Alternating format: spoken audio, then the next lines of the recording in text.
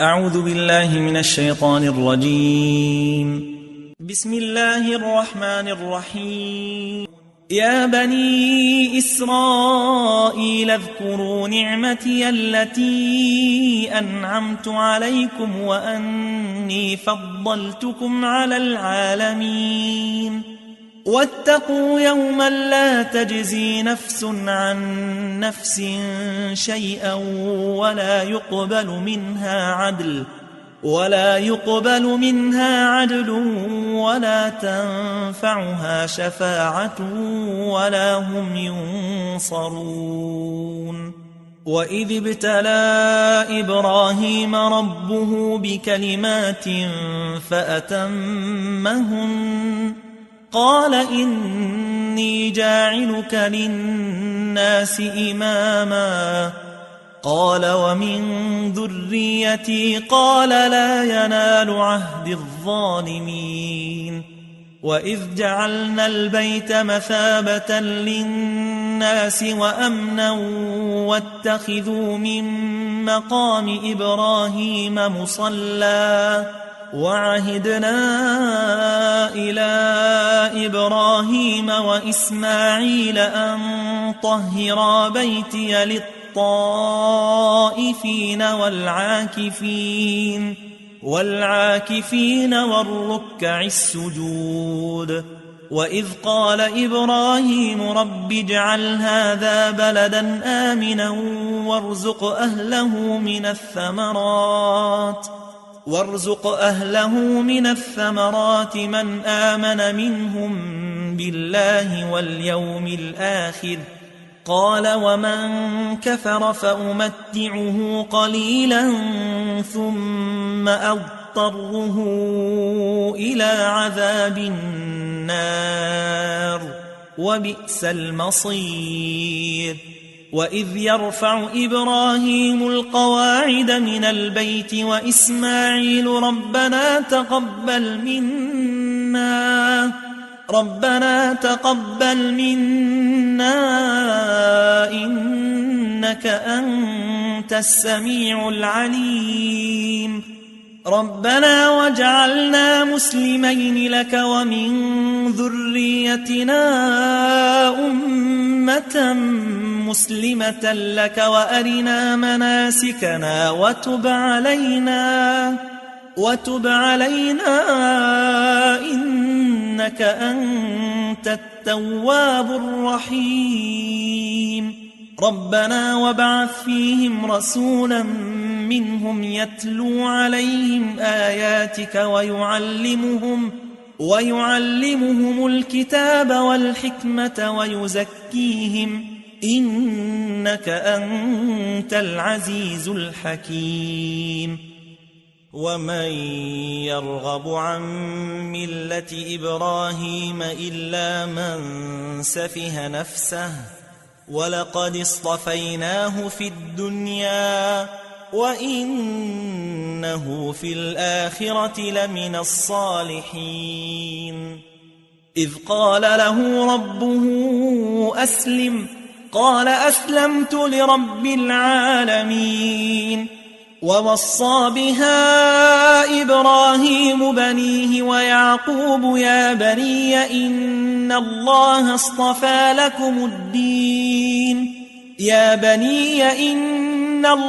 اصطفى لكم الدين فلا تموتن إلا وأنتم مسلمون.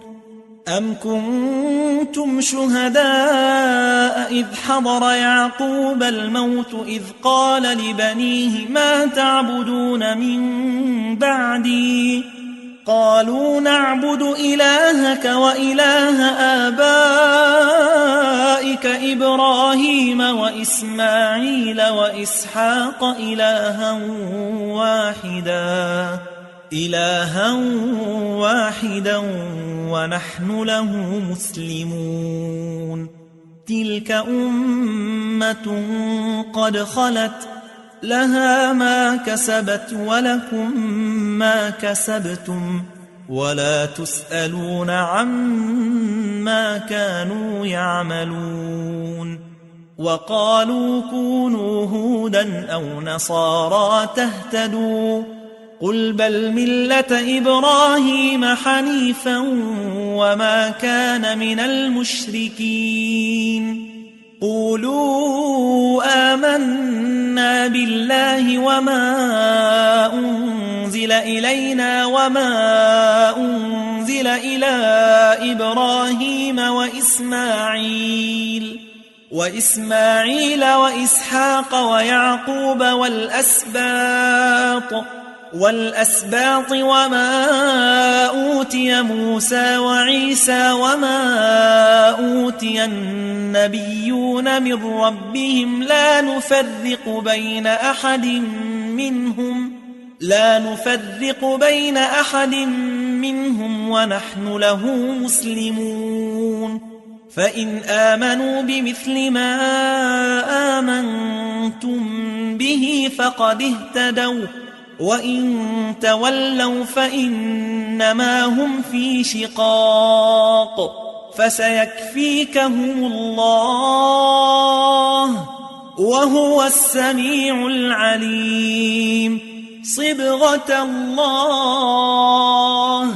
صبغة الله ومن أحسن من الله صبغة ونحن له عابدون قل أتحاجوننا في الله وهو ربنا وربكم ولنا أعمالنا ولكم أعمالكم ونحن له مخلصون أم تقولون إن إبراهيم وإسماعيل وإسحاق ويعقوب والأسباط كانوا هودا أو نصارى قل أأنتم أعلم أم الله ومن أظلم ممن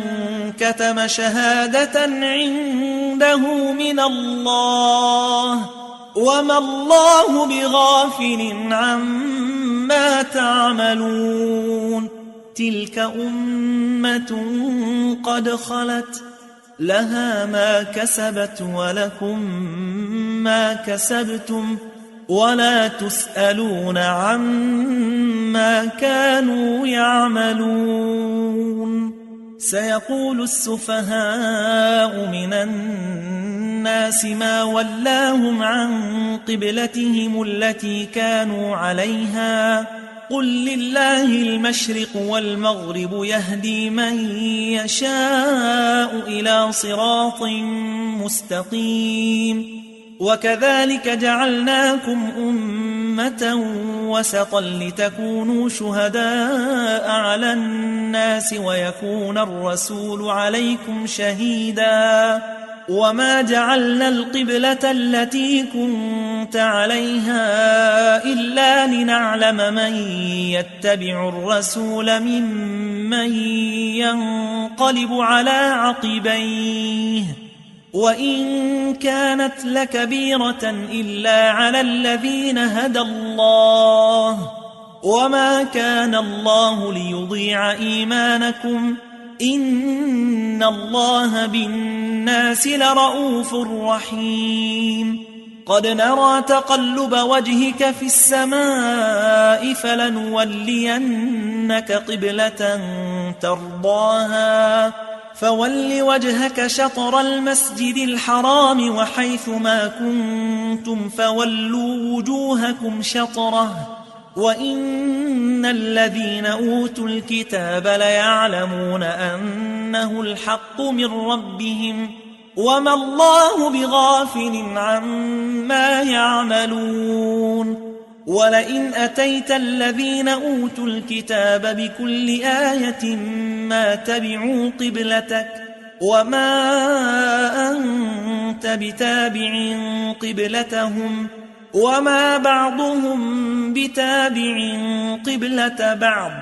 ولئن اتبعت أهواءهم من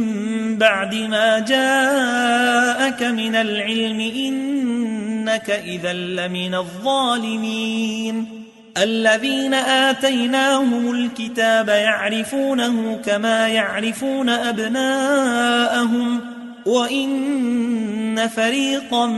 منهم ليكتمون الحق وهم يعلمون الحق من ربك فلا تكونن من الممترين ولكل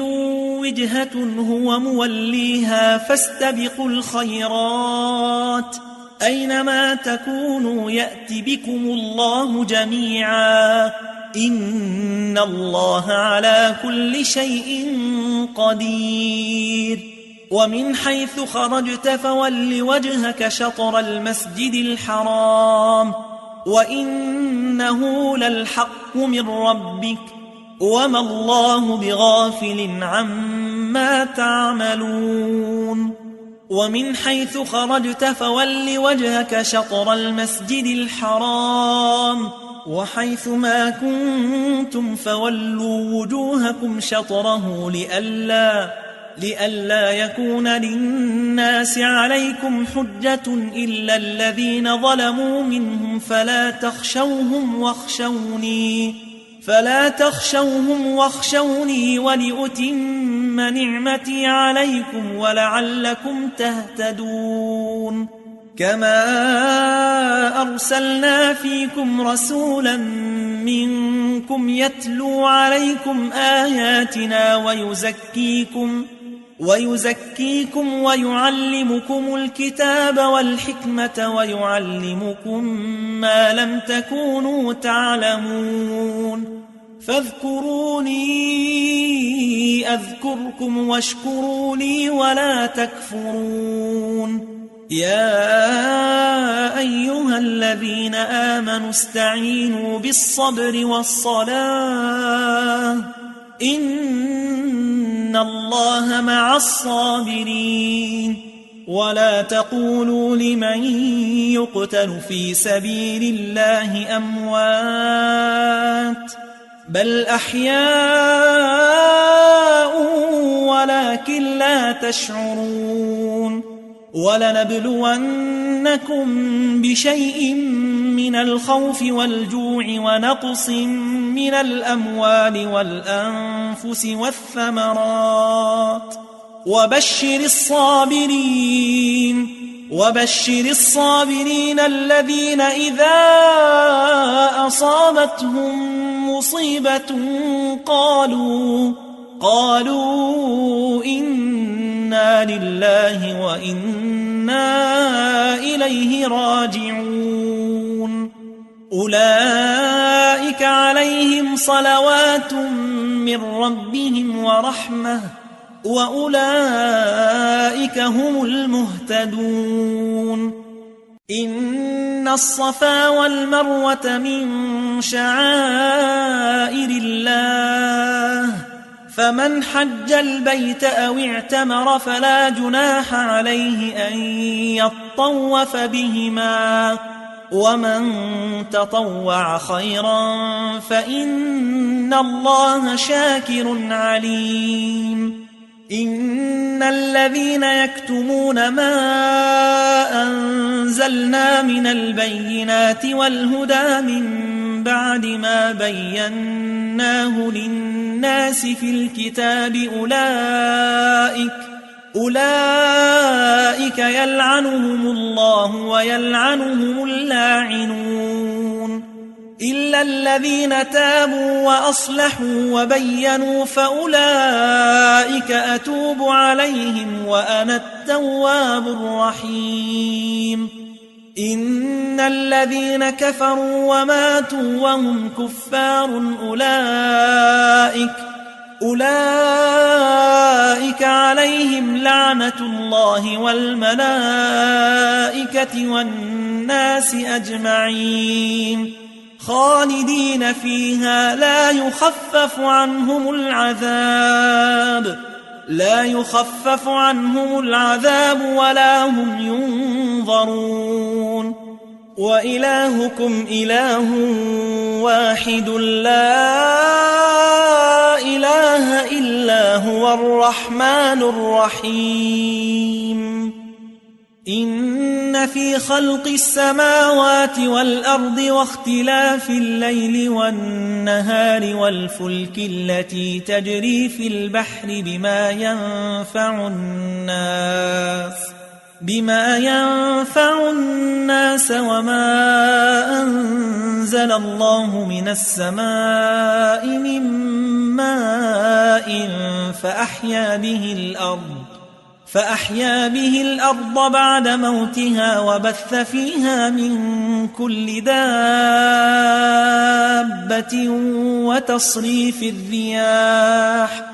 وتصريف الرياح والسحاب المسخر بين السماء والأرض لآيات لقوم يعقلون ومن الناس من يتخذ من دون الله أندادا يحبونهم كحب الله والذين آمنوا أشد حبا لله ولو يرى الذين ظلموا إذ يرون العذاب أن القوة لله جميعا وأن الله شديد العذاب إذ تبرأ الذين اتبعوا من الذين اتبعوا ورأوا العذاب وتقطعت بهم الأسباب وقال الذين اتبعوا لو أن لنا كرة فنتبرأ منهم كما تبرأوا منا كذلك يريهم الله أعمالهم حسرات عليهم وما هم بخارجين من النار يا أيها الناس كلوا مما في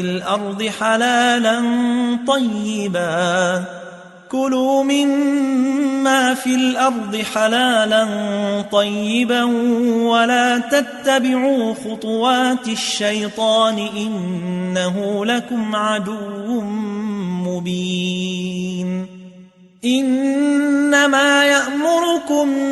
بالسوء والفحشاء وأن تقولوا على الله ما لا تعلمون وإذا قيل لهم اتبعوا ما أنزل الله قالوا بل نتبع ما ألفينا عليه آباءنا أولو كان آباؤهم لا يعقلون شيئا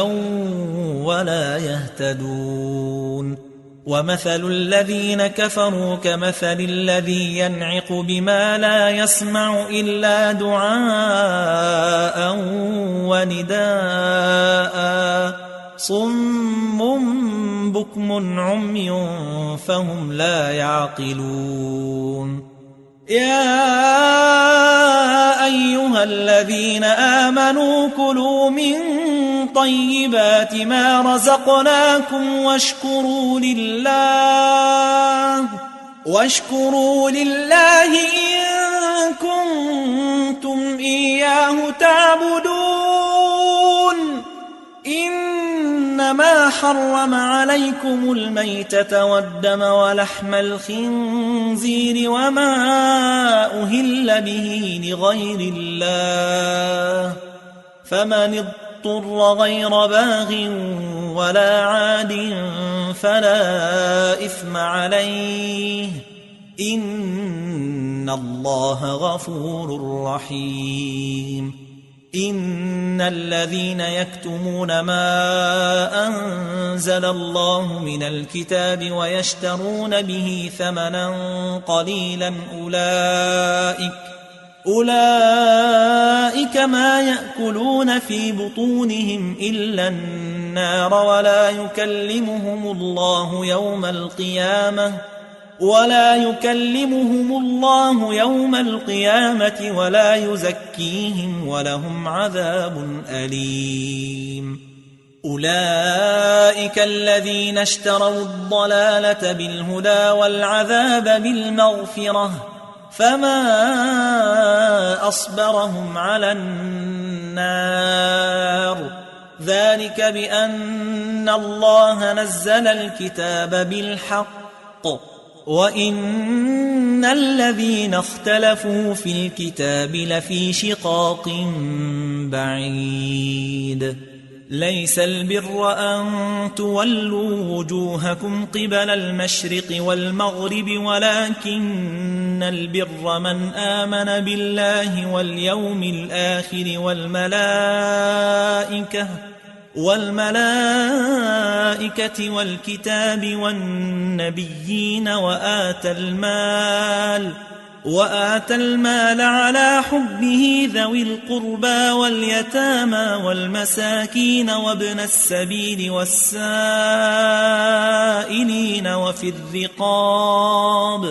وفي الرقاب وأقام الصلاة وآتى الزكاة والموفون بعهدهم إذا عاهدوا والصابرين في البأساء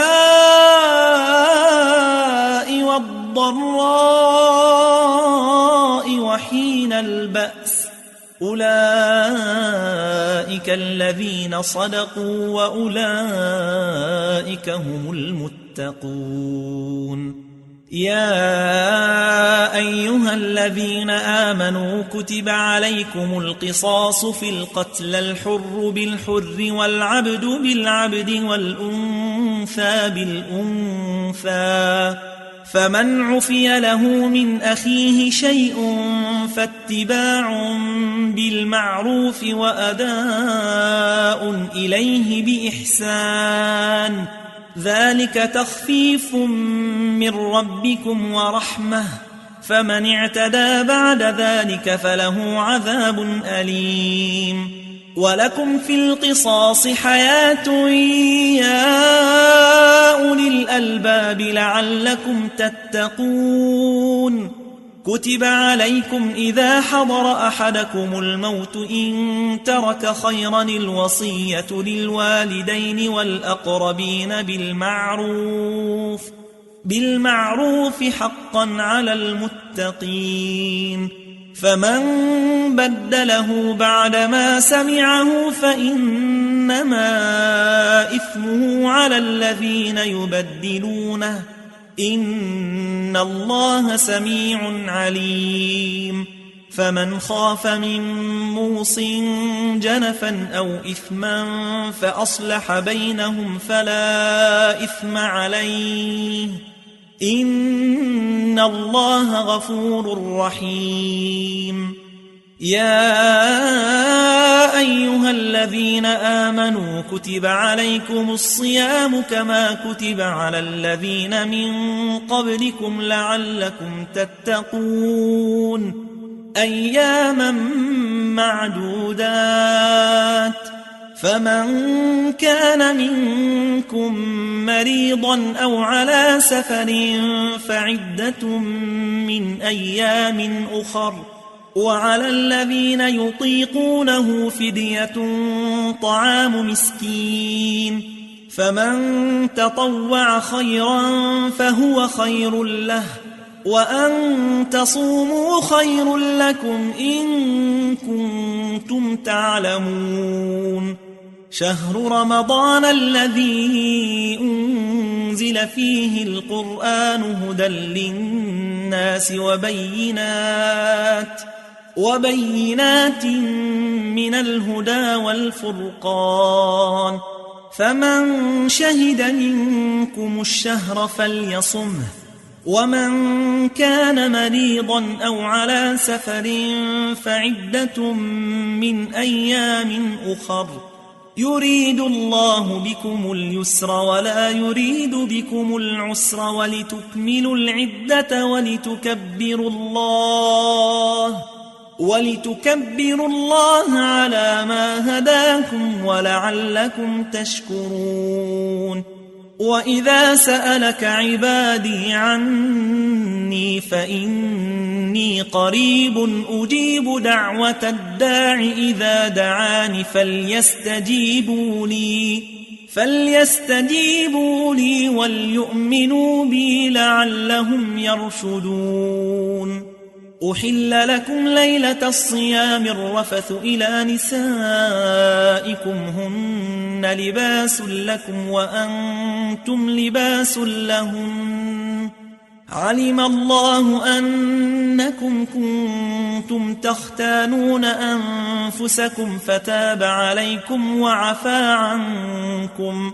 فالآن باشروهن وابتغوا ما كتب الله لكم وكلوا واشربوا حتى يتبين لكم الخيط الأبيض من الخيط الأسود من الفجر ثم أتموا الصيام إلى الليل ولا تباشروهن وأنتم عاكفون في المساجد تلك حدود الله فلا تقربوها كذلك يبين الله آياته للناس لعلهم يتقون ولا تأكلوا أموالكم بينكم بالباطل وتدلوا بها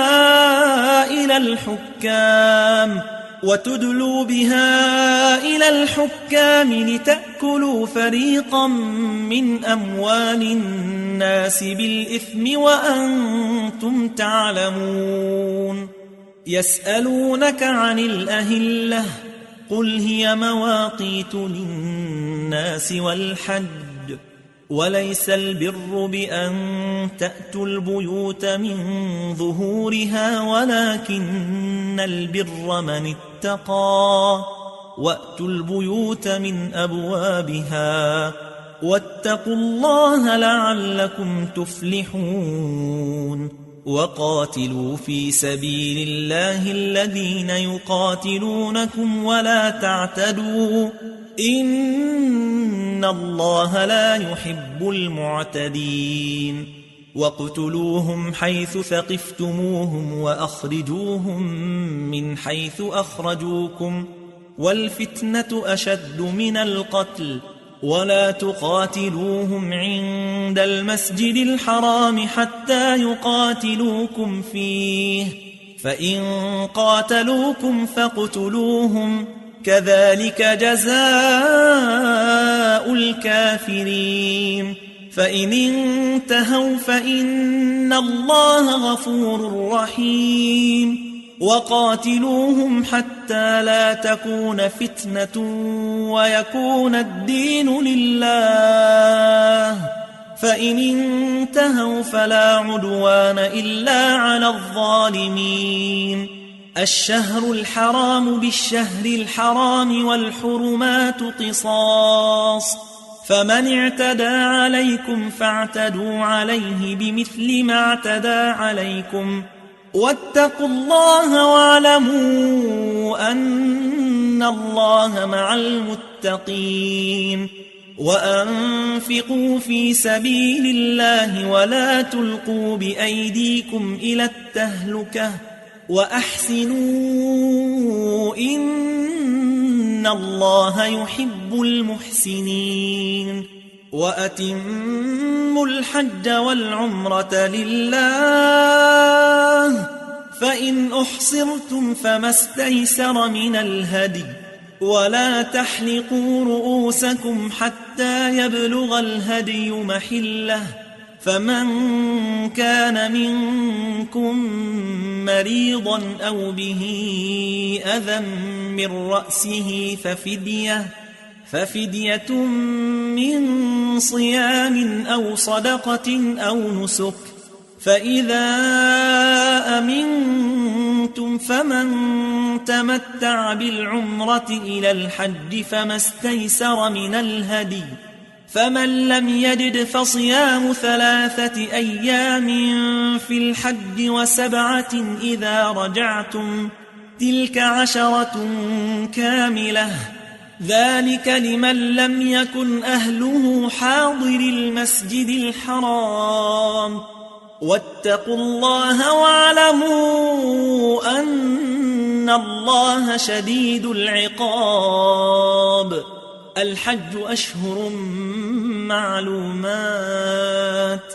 فمن فرض فيهن الحج فلا رفث ولا فسوق ولا جدال في الحج وما تفعلوا من خير يعلمه الله وتزودوا فإن خير الزاد التقوى واتقون يا أولي الألباب ليس عليكم جناح أن تبتغوا فضلا من ربكم فإذا أفضتم من عرفات فاذكروا الله عند المشعر الحرام واذكروه كما هداكم وإن كنتم من قبله لمن الضالين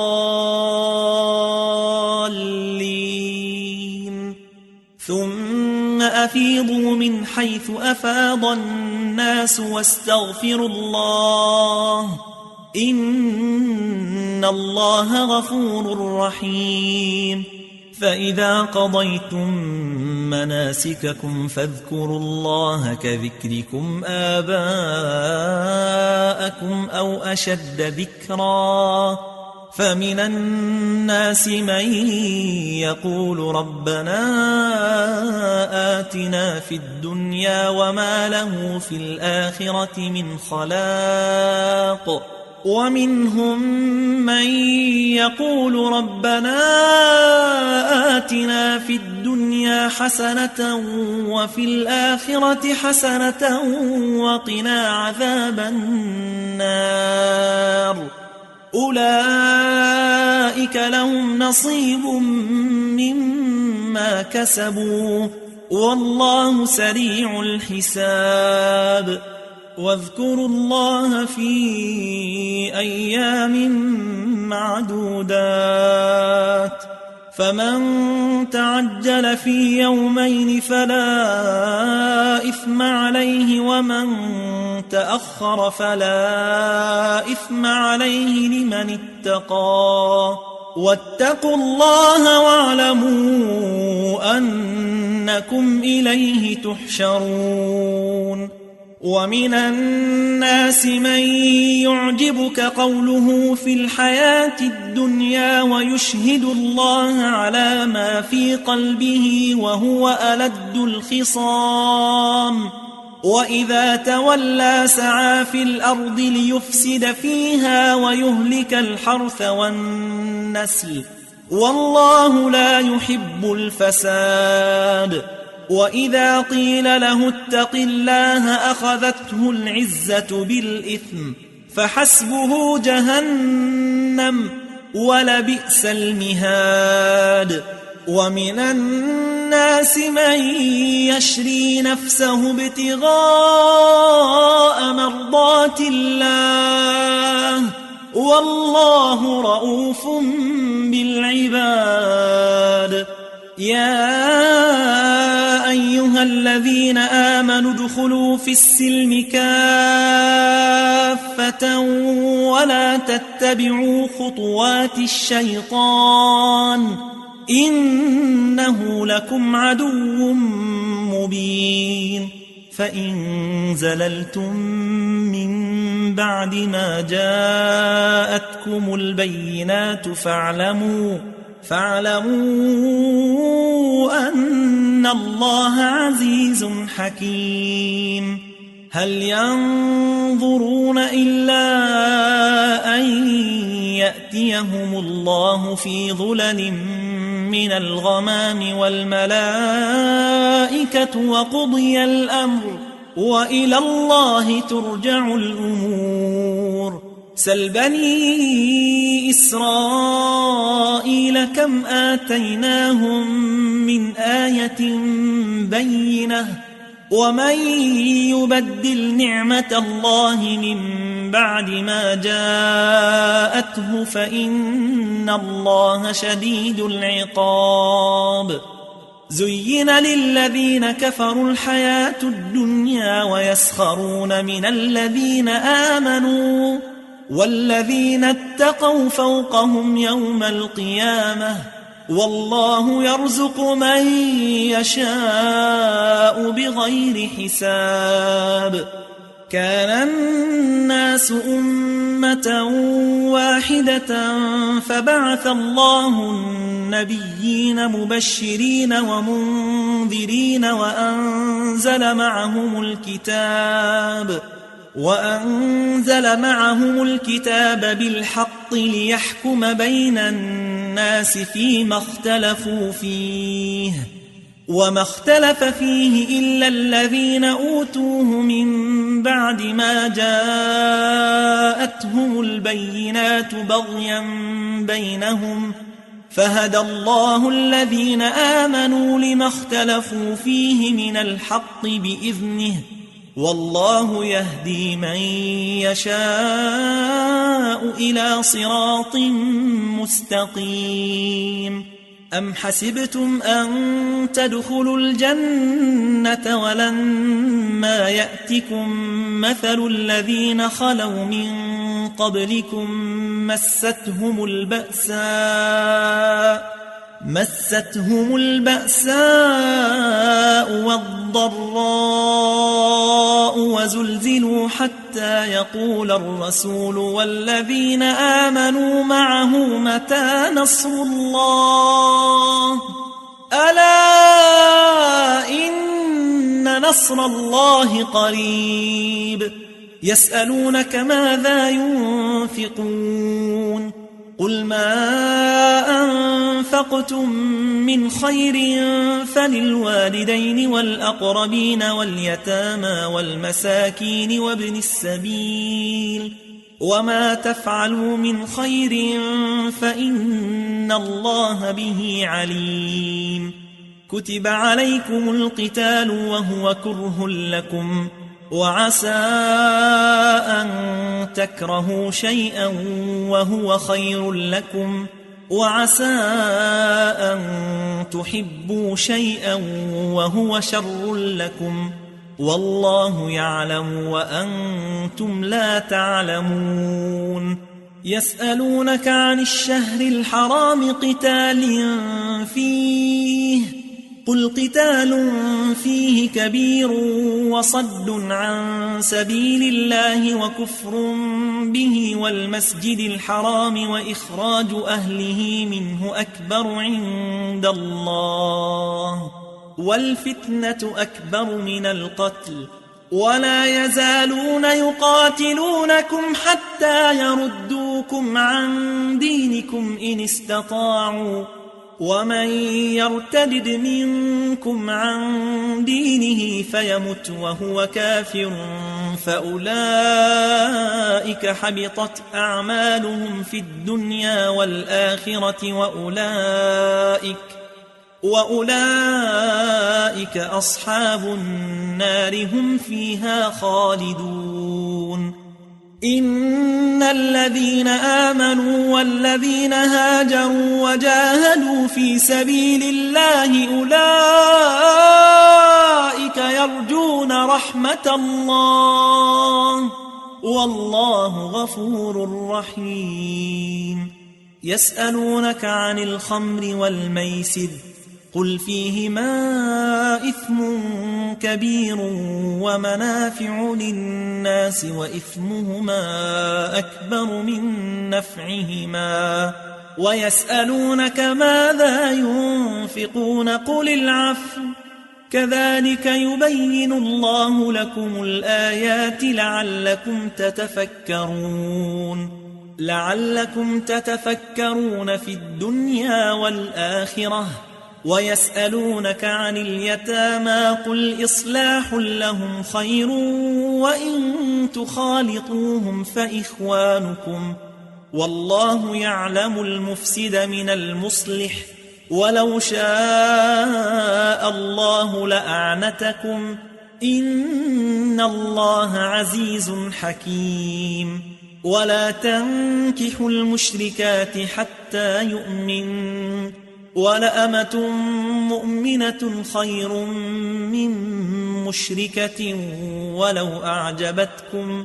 ولا تنكحوا المشركين حتى يؤمنوا ولعبد مؤمن خير من مشرك ولو أعجبكم أولئك يدعون إلى النار والله يدعو إلى الجنة والمغفرة بإذنه ويبين آياته للناس لعلهم يتذكرون ويسألونك عن المحيض قل هو أذى فاعتزلوا النساء في المحيض ولا تقربوهن حتى يطهرن فإذا تطهرن فأتوهن من حيث أمركم الله إن الله يحب التوابين ويحب المتطهرين نساؤكم حرث لكم فأتوا حرثكم أنى شئتم وقدموا لأنفسكم واتقوا الله واعلموا أنكم ملاقوه وبشر المؤمنين ولا تجعلوا الله عرضة لأيمانكم أن تبروا وتتقوا وتصلحوا بين الناس والله سميع عليم لا يؤاخذكم الله باللغو في أيمانكم ولكن يؤاخذكم بما كسبت قلوبكم والله غفور حليم للذين يؤلون من نسائهم تربص 4 أشهر فإن فاءوا فإن الله غفور رحيم وإن عزموا الطلاق فإن الله سميع عليم والمطلقات يتربصن بأنفسهن 3 قروء ولا يحل لهن أن يكتمن ما خلق الله في أرحامهن إن كن يؤمن بالله واليوم الآخر وبعولتهن أحق بردهن في ذلك إن أرادوا إصلاحا ولهن مثل الذي عليهن بالمعروف وللرجال عليهن درجة والله عزيز حكيم الطلاق 2 فإمساك بمعروف أو تسريح بإحسان ولا يحل لكم أن تأخذوا مما آتيتموهن شيئا إلا أن يخافا ألا يقيما حدود الله فإن خفتم ألا يقيما حدود الله فلا جناح عليهما فيما افتدت به تلك حدود الله فلا تعتدوها ومن يتعد حدود الله فأولئك هم الظالمون فإن طلقها فلا تحل له من بعد حتى تنكح زوجا غيره فإن طلقها فلا جناح عليهما أن يتراجعا إن ظنا أن يقيما حدود الله وتلك حدود الله يبينها لقوم يعلمون وإذا طلقتم النساء فبلغن أجلهن فأمسكوهن بمعروف أو سرحوهن بمعروف ولا تمسكوهن ضرارا لتعتدوا ومن يفعل ذلك فقد ظلم نفسه ولا تتخذوا آيات الله هزوا واذكروا نعمة الله عليكم وما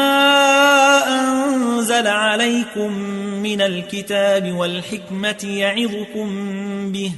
واتقوا الله واعلموا أن الله بكل شيء عليم.